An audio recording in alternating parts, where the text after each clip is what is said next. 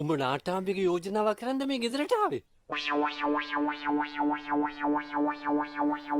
ඉතින් ඔහෙ කවුද? ඔහෙ නගර සභාවේ ඩ්‍රයිවර් නෙවෙයි. නගර සභාවේ ඩ්‍රයිවර් තමා. ඉතින් ඩ්‍රයිවර් කියන්නේ හොඳ රස්සාවක්නේ. ඒ වුණාට කුණු නේද අදින්නේ? මොකද්ද කිව්වේ? නෑ. නිකන් කිව්වේ. අම්මට. මං හැමදාමත් කියනවා ඔය කුණු රස්සාව අතහැරලා වෙන මොකක් හරි හොයාගන්න කියලා.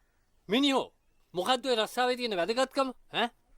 බෙහෙත් ගන්න ආණ්ඩුවේ ඉස්පිරිතාලේ. මැරිච්චහම බලලන්නෙත් ඉස්පිරිතාලේ. හොඳයි මයි කෙල්ල දුන්නා කියමුකෝ. කෙල්ලට කණ්ඩ දෙන්නේ කොහොමද?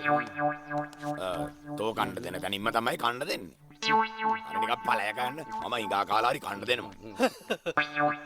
ඒ කියන්නේ උඹ හිඟන්නේ. ඈ? මොකක්ද යකෝ කිව්වේ? මම පිටකොටුවේ බඩු උස්සනවා තමයි. ඒ වගේද යකෝ උඹ කුණුනේ අදින්නේ. ඈ? අපි මේ මුළු රටේම කුණු අදිනවා තමයි යකෝ. උඹලා අපි ඔක්කොම. උඹට ඒක තේරෙන්නේ නැද්ද? ඒ විතරක් නෙමෙයි. මේ රටේ ප්‍රභූවරු මොනවද උස්සන්නේ? ඒ උස්සන්නේ දනුන්ගේ බඩු තමයි. ඊ බඳුවේ කට. යකෝ බඩු නෙමෙයි කට. මොකටද කට පිරගන්නේ? හොඳ දෙයක් කිව්වොත් කට පිරගනවා. හැබැයි එකක් මතක තියාගනින්. හිටපන් පැත්ත මාරු කරලා කියන්න. හොඳට මතක තියාගනින්. මේ අහිංසක කෙල්ල විතරක් නෙමෙයි. උඹේ පවුලත් උස්සනවා හිතුනොත් යකෝ.